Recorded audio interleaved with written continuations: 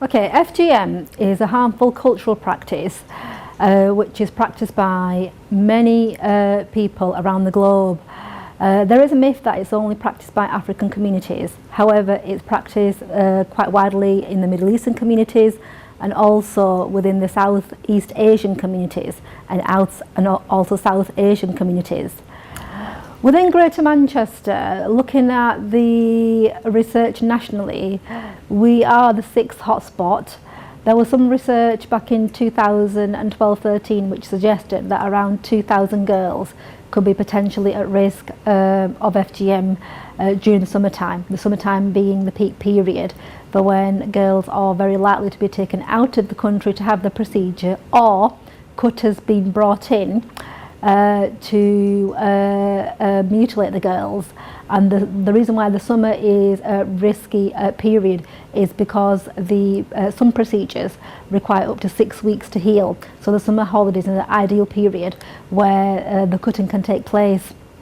Over recent years, there's been a number of developments within Greater Manchester in terms of the support provision.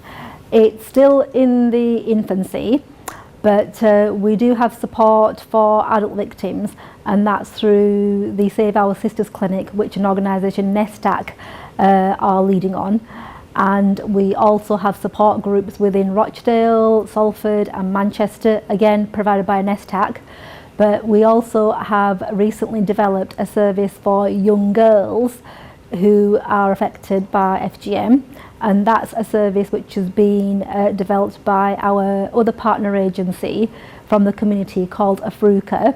It's a recently developed service, and that is for the young girls, but it's also a holistic family model, so it can support families to support the girls who could also be victims but also potentially at risk of FGM.